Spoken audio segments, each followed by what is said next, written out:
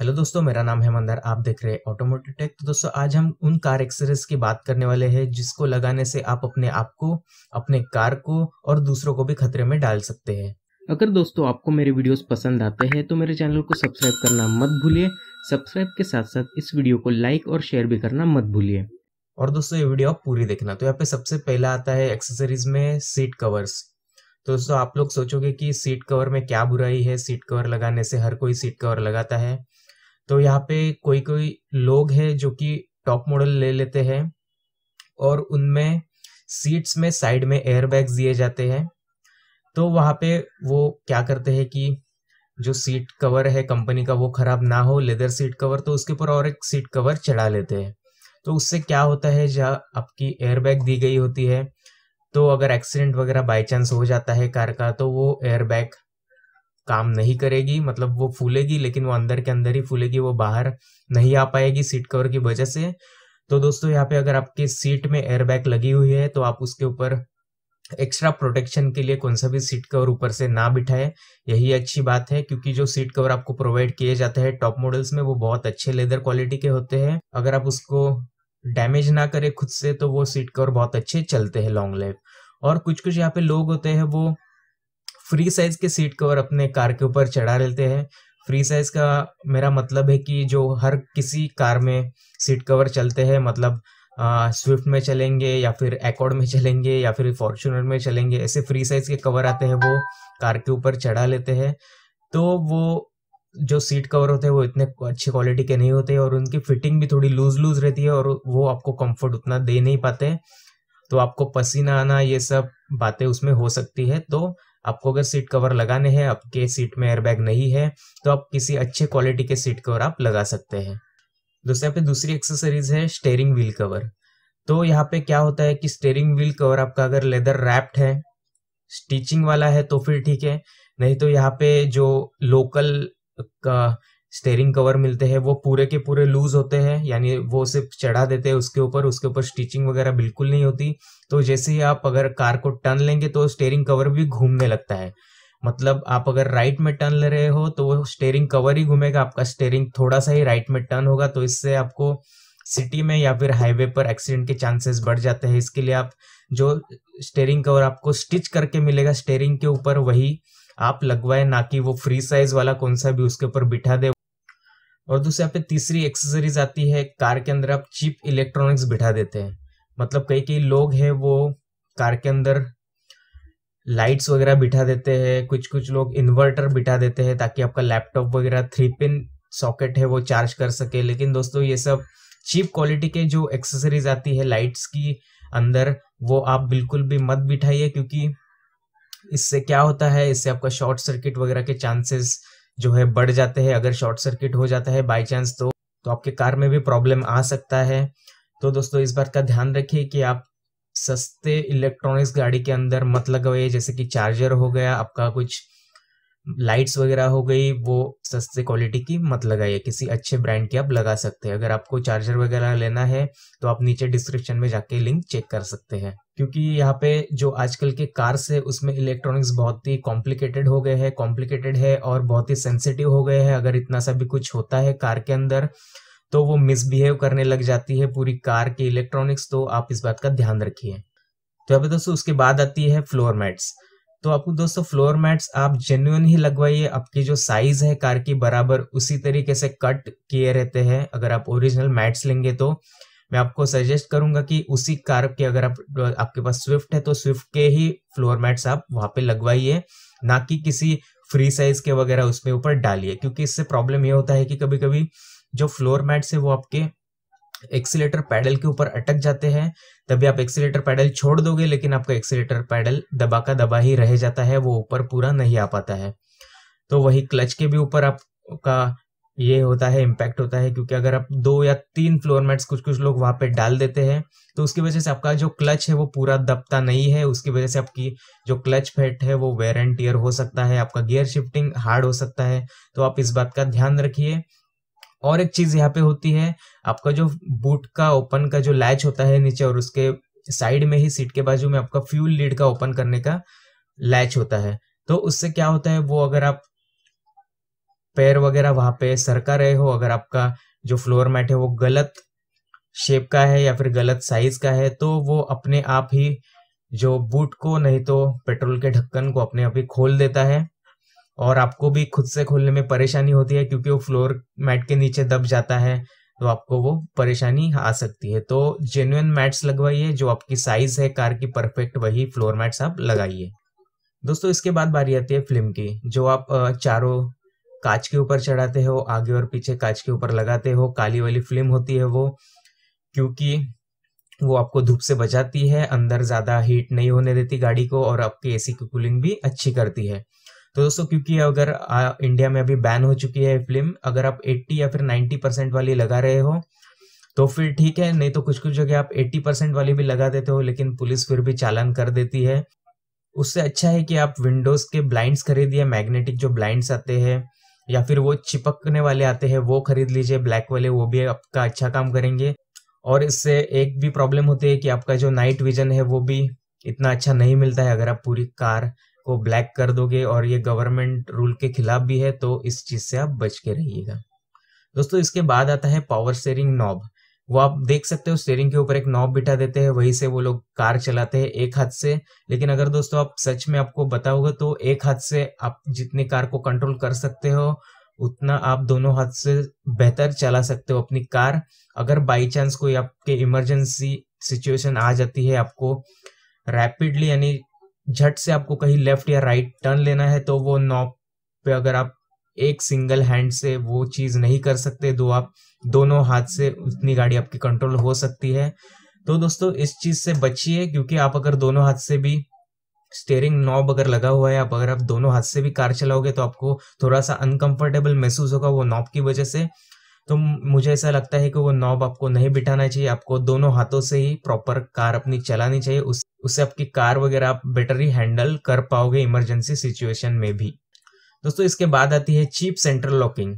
अगर आप base model खरीदे हो तो आप बाहर जाके सेंट्रल लॉकिंग बिठाते हो सस्ती वाली, तो वो सस्ती वाली बहुत घटिया होती है, क्योंकि उसमें जो एक्चुएटर्स दिए होते हैं वो जाम हो जाते हैं कभी कभी, तो आपके डोर्स जो है वो लॉक ही रह जाते हैं, खुलते ही नहीं है मैनुअल भी। तो इस चीज से आप बचिए, ये ज्यादा प्रॉब्लम होता है बारिश में, क्योंकि बारिश का पानी से वो जाम हो जाते हैं, मॉइस्चर की वजह से जाम हो जाते हैं। तो इससे आप बचिएगा, और ये आपकी बैटरी भी लगातार ड्रेन कर सकती है ये चीप सेंट्रल लॉकिंग, तो इससे आप बचिएगा। और कभी कभी गाड़ी आपकी अनलॉक होगी ही नहीं, तो ये चीप सेंट्रल लॉकिंग से आप बचिए। आप किसी अच्छी क्वालिटी की सेंट्रल लॉकिंग यहाँ पे बिठा सकते हैं, ना कि चीप वाली।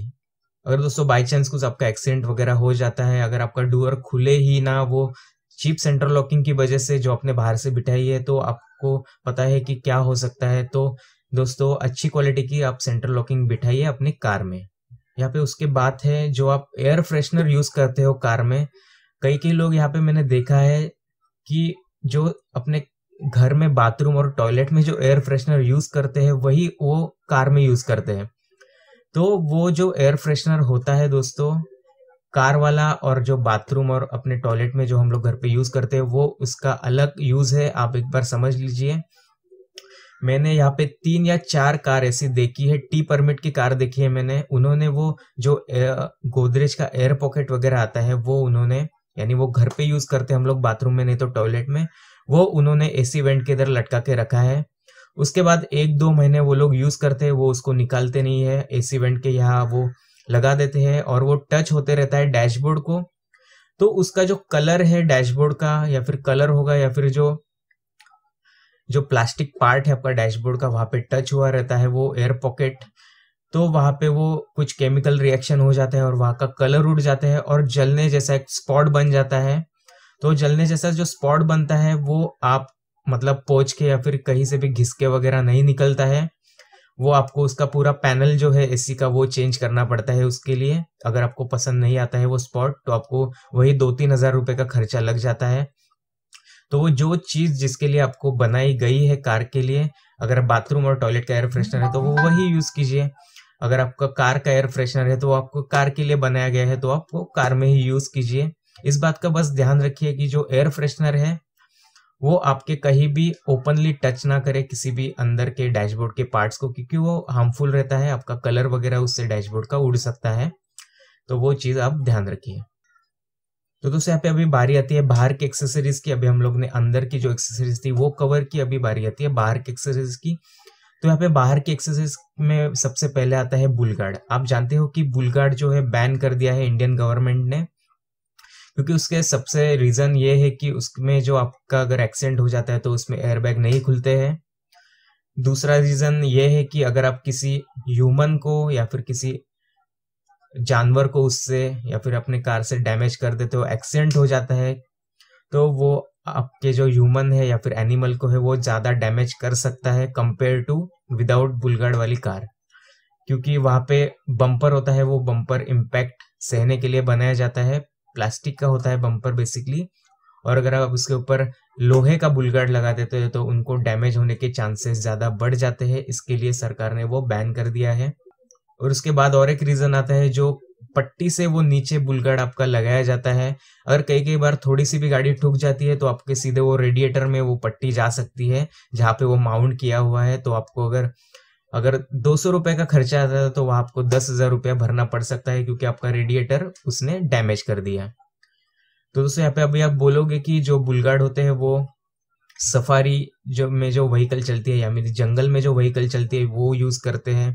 तो दोस्तों वो एक्चुअली वो जंगल में चलती है गाड़ियाँ, उसके ऊपर ज़्यादा पत्थर वगैरह होते हैं, झाड़ वगैरह होते हैं, तो उसके लिए वहाँ पे बुलगार्ड का इस्तेमाल किया जाता है। वो जो जंगल में चलने वाली गाड़ियाँ हैं वो रास्ते पर कम ही चलती है, इसके लिए वहाँ पर वो लोग बुलगार्ड का इस्तेमाल करते हैं।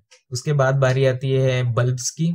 जो आप बल्ब्स लगाते हो, कोई कोई प्रोजेक्टर में HID लगा देता है, कोई कोई ऐसे ही बिना प्रोजेक्टर के हेडलाइट में HID लगा देता है, तो उससे कुछ भी मतलब नहीं है। क्योंकि अगर आप बिना प्रोजेक्टर के HID लगाओगे अपने हेडलाइट में या फिर फॉग लाइट में तो उसका कुछ भी यूज नहीं होता है। वो सीधा का सीधा आपको पूरा स्प्रेड हो जाता है, उससे आपको बेटर विजन नहीं मिलता है और आगे वाले की जो आंखें हैं उसको भी कुछ भी दिखाई नहीं देगा। इससे आपकी कार भी खतरे में जाएगी और उसकी कार भी खतरे में आ जाएगी। तो इस बात का आप ध्यान रखिए। और जो प्रोजेक्टर में है वो HID लगाना बंद कर दीजिए। प्रोजेक्टर के अलग से बल्ब आते हैं, वही आप उसमें यूज कीजिए। आपको उसमें प्रोजेक्टर की कुछ भी जरूरत नहीं है HID वगैरह की, तो आप नॉर्मल उसमें बल्ब यूज कीजिए। और जो HID में बल्ब यूज करते हैं वो 43,000 केल्विन के यूज कीजिए, क्योंकि उसका येलोइश वाइट जो है कलर होता है, तो वो आपको बेटर विजिबिलिटी देता है और आगे वाले की आंखों में भी ज्यादा चुभता नहीं है। तो इस बात का आप ध्यान रखिएगा। अगर दोस्तों आप 190 के जो बल्ब आते हैं वो भी अगर आप लगवाते हैं उसमें, तो वो भी अच्छी बात नहीं है, क्योंकि उससे भी आगे वाले को कुछ दिखाई नहीं देता है, उससे भी आपकी जान और सामने वाले की जान खतरे में पड़ सकती है।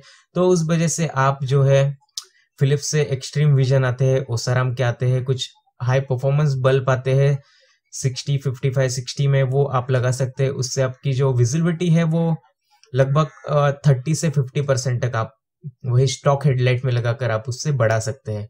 अगर आपको देखना है वो बल्ब वगैरह कहाँ मिलता है तो मैंने डिस्क्रिप्शन में वगैरह उसका लिंक दिया हुआ है, आप वो जाके चेक कर सकते हैं। उसके बाद है दोस्तों प्रेशर ऑन। आपको पता है कि जो 4 पुंगानी वाला प्रेशर ऑन लोग लगाते हैं वो भी एक्चुअली बैन है। वो आपको नहीं लगवाना चाहिए, क्योंकि उसका डेसिबल जो है वो ज़्यादा रहता है और कई लोग इससे डर भी जाते हैं। तो ये चीज़ आप मत लगाइए, क्योंकि पहले तो ये बैन है और इसका जो आवाज़ है वो बहुत तेज़ होता है, ये कई लोगों को डरा सकता है। तो इसके लिए आप ये प्रेशर हॉर्न वगैरह मत यूज़ कीजिए। उससे अच्छा है कि आप विंटोन हॉर्न यूज़ करते हो, जिसे आप लोग स्कोडा वाला हॉर्न बोलते हो, उसे टेक्निकल टर्म में विंटोन हॉर्न बोलते हैं। तो आप वो विंटोन हॉर्न लगा सकते हो, प्रेशर हॉर्न बिल्कुल भी मत लगवाना। दोस्तों उसके बाद बारी आती है रूफ रेल्स की। अगर कंपनी फिटेड रूफ रेल्स है तो फिर ठीक है, नहीं तो कुछ लोग रूफ रेल्स बाहर से बिठा देते हैं। वो चिपकाने वाले रूफ रेल्स होते हैं और उसके ऊपर कैरियर बिठा देते हैं। और उसके ऊपर कैरियर बिठाने के बाद अगर गाँव वगैरह कोई लंबी ट्रिप के ऊपर जा रहे हैं तो वहाँ पे सामान वगैरह सब डाल देते हैं ऊपर। तो उसकी वजह से क्या होता है, वो चिपकाया हुआ रहता है, उसमें इतना स्ट्रेंथ नहीं होता है। तो उसके ऊपर प्लीज प्लीज प्लीज उसके ऊपर कैरियर वगैरह मत बिठाइए, कुछ भी सामान वगैरह लोड मत कीजिए।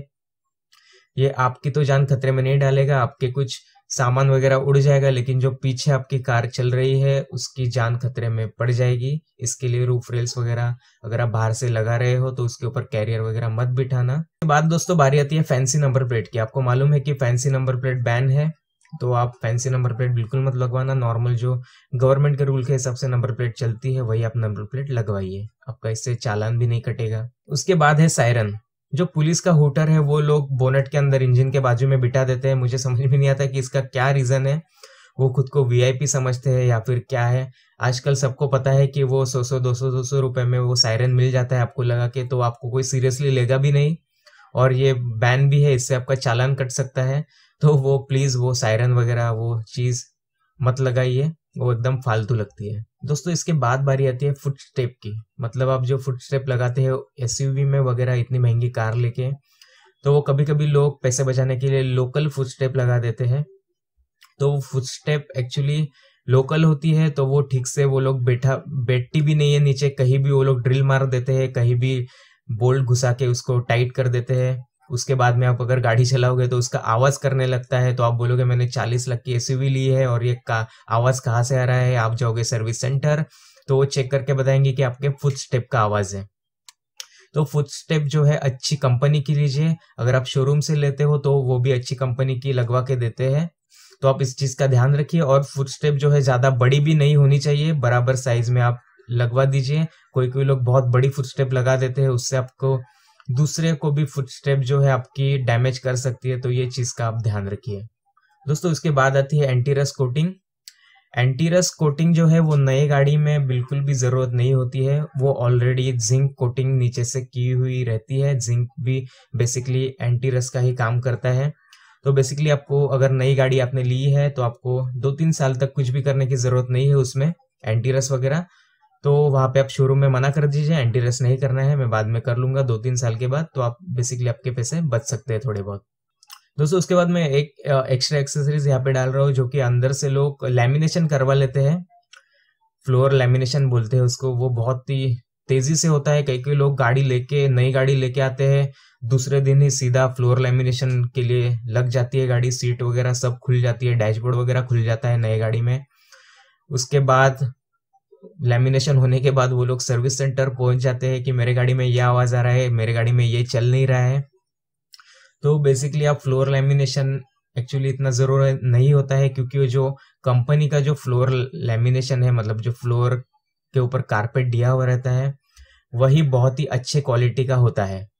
उसके ऊपर अगर आप पर्सनली कुछ जलाते नहीं हो या फिर कुछ डैमेज नहीं करते हो, तो उसको सालों साल 10-15 साल 20 साल उसको कुछ भी होने नहीं वाला है। सिर्फ आप वहाँ पे एक अच्छे से फ्लोर मैट्स डाल दीजिए जेन्युइन कंपनी के, तो वही आपको बहुत अच्छी तरीके से काम में आएगा। अगर आप बाई चांस वहाँ पे कुछ गिर जाता है तो झट से आप उसको टिश्यू पेपर वगैरह का एक डब्बा रख दीजिए गाड़ी के अंदर और उसको पोंछ लीजिए, ताकि वो अंदर ना घुस पाए।